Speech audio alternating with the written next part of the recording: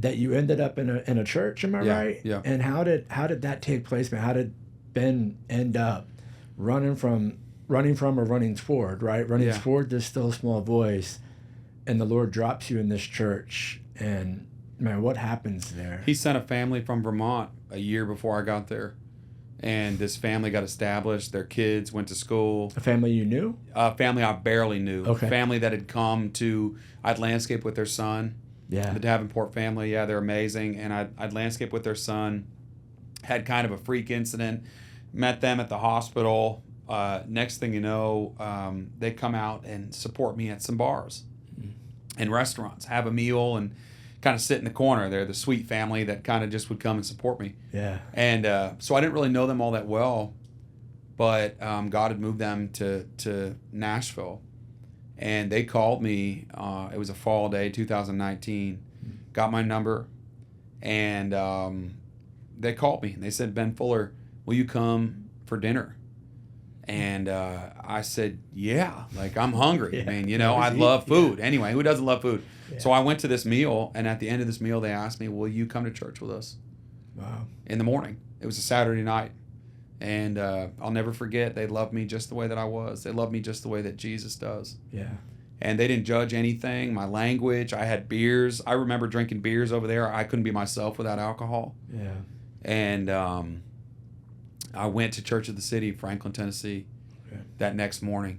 And I walked in there and I heard the music. And again, here comes the music. So powerful, rose up inside of me. And I just ran into the auditorium and stood there in the aisle, and I heard the music. Yeah. And the music just spoke to me, and I felt, the only way I could explain it, it's like my feet came off the ground, and as a man who'd been living his life as a secret drug addict hiding in plain sight, I'd never been higher.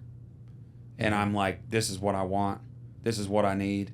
I had no idea. I'm like, well, I'm going to sing about Jesus Christ for the rest of my life. I have no idea what that looks like. Yeah, I don't know what it sounds like. I don't even know how to do it. Yeah. But I want this. This is what I want. Yeah. And so in that moment, Romans 10:9 says, believe in your heart and confess with your mouth that Jesus Christ is Lord. And if you believe that God raised him from the dead, you'll be saved. Yeah. So I cried out. I said, Jesus, help me. Yeah. I need your help. I don't even know who you are. I don't even know what this is right now, but everybody's hands up.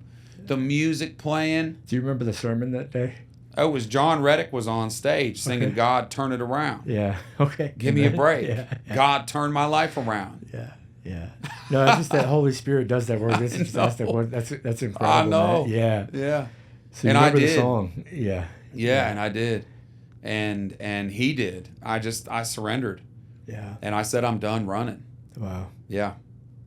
So that moment, right? What a phenomenal description, by the way. I mean, just the vivid detail, right? Yeah. Of knowing what that day felt like, even now, just remembering it, right? Yeah, it's special. And so fast forward to the end of the service, you've had this encounter with Jesus, right? Yeah.